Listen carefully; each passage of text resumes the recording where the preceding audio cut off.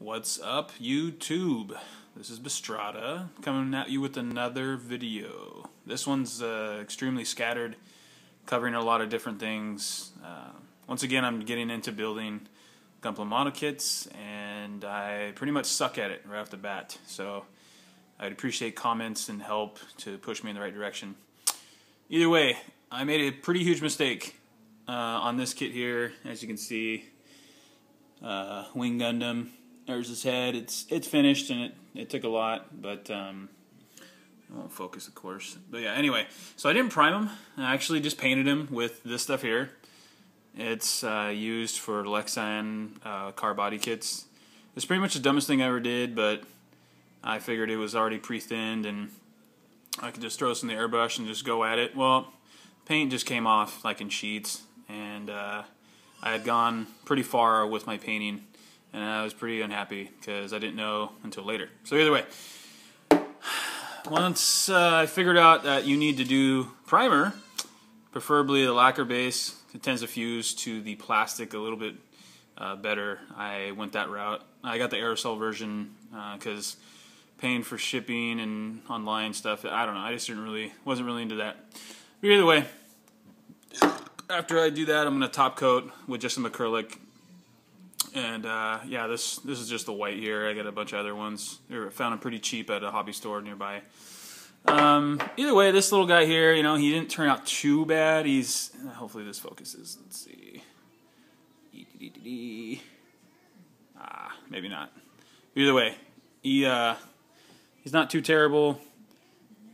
Panel lines are a little thick. I got ragged on that a little bit from some of the Mecha Lounge guys, but that's okay.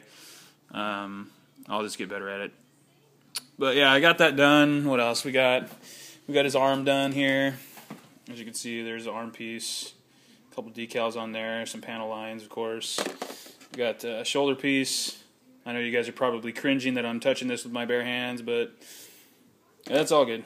Yeah, but you know, I use like an aerosol gray for all the inner frame. You know, I haven't really worked on this at all. I'm just kind of getting the outer stuff done. All these white pieces in here, they're done with no primer, so I'm like barely touch it and it'll come off, so I got to be careful. But I found a solution, believe it or not, and we can go over to the garage where I do my workshop stuff. All right, so what I did, and I read about it a lot online, is we used, or a lot of people like to use this pledge with future floor finish or whatever it's called, and I ended up putting the pledge on those unprimer painted pieces with that crappy paint, just throwing it in my airbrush, and it worked out pretty good. Made it nice and shiny, but I wasn't going after shiny. So afterwards, just because it was local and easy, I went with some Krylon matte finish. I actually work in a paint store, so this stuff is on my shelf, and it works out pretty good. So I let this dry fully with the pledge, the unprimered paint, and then the matte finish on top of that. I let it dry for like a few days. You got to be extremely patient with this system that I failed miserably on, and it turned out fine. I actually took my fingernail to the model just to see like a scrap piece, and it didn't come off. It worked out pretty well, so I was able to. I will be able to finish this one with this very careful system. I just want to finish the way I started so it's consistent and not have to start all over. So that was just one of the problems that I faced, but I got over it, so no worries. But yeah, this is my station here. As you can see, it's pretty basic. You know, we got some cardboard lining the wall so I don't paint the hell out of everything, and just a little piece to throw down, and just a little crappy desk. Nothing too special. Let's see here, what do we got? Pache airbrush. You know, I picked up this thing for like $100. It's decent. You know, I've had some pretty good results with it. I had it clog up on me one time. That was my fault, though. I didn't clean it very well. Should probably work harder on that. We got some oil-based stuff here. You know, hopefully to do some panel line wash or whatever it's called. Also, you know, some like hand painting of. We got some metallics, we got whites, you know, some of the reds and stuff like that. So I'll be working on that, maybe some future videos. Here's more of this really, really crappy paint. You guys definitely stay away from this forever. If somebody does know how to use this or have had luck with it, please comment, because I just had the worst time ever. But regardless, I'm learning and hopefully getting better. It's just a process, and it's quite a pain in my side. But no worries, we're getting there. Friends are helping. Of course, your comments help as well. Extreme makeover as far as my techniques and methods. So I think that's pretty much it. Oh yeah, let's look over some more of my tools here. I got some Tamiya putty to fill some seam lines. That's definitely important, right?